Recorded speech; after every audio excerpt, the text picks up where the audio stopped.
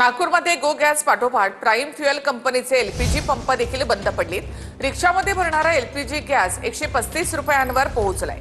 कोल्हापूर शहरामधील एलपीजी गॅसचे प्रमुख पंप बंद झाले। रत्नागिरीमध्ये अनेक भागांमध्ये डिझेल दरवाढ झाली असून तुटवड्यामुळे मासेमारी ठप्प झाली आहे।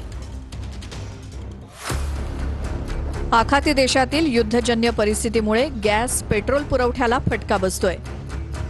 छत्रपती संभाजीनगरमध्ये सावंगी परिसरात एलपीजी गॅस पंपावर 3 ते 4 किलोमीटरच्या रांगा लागल्यात। 2 दिवसापासून शहरातील एलपीजी पंप बंद असून एकच पंप सुरू आहे।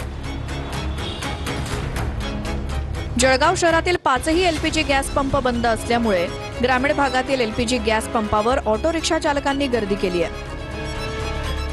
वाढत्या दरामुळे तसंच 5 ते 10 किलोमीटर जाऊन एलपीजी गॅस मिळत असल्यामुळे रिक्षा चालकांच्या अडचणीत वाढ झाली आहे।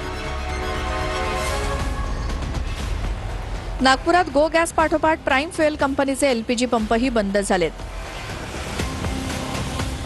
एलपीजी गॅसचा पुरवठा होत नसल्यामुळे पंप बंद झालेत। गेल्या 12 दिवसांपासून प्राईम फ्युएलचे एलपीजी पंप बंद आहेत। एलपीजी पंप बंद असल्यामुळे शहरातील रिक्षा चालकांना मोठा फटका बसलाय।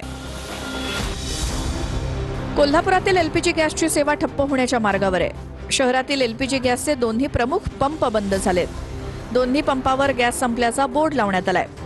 गॅस पंप बंद झाल्यामुळे शहरातील रिक्षा व्यावसायिकांना मोठा फटका बसणार आहे। रत्नागिरीत डिझेल दरवाढ आणि तुटवड्यामुळे मासेमारी ठप्प झाली आहे। मच्छीमारांना दिल्या जाणाऱ्या सवलतीच्या डिझेलच्या दरात 23 रुपये विक्रमी वाढ झाली आहे। मच्छीमारांसाठी दिल्या जाणाऱ्या डिझेलची किंमत 92 रुपयांवरून 115 रुपयांवर पोहोचली आहे। रत्नागिरीतील मिरकरवाडा, नाटे, आंबोळगड, भाटिये, हरणे, गुहागर, पूर्णगडमधील मासेमारी ठप्प झाली आहे।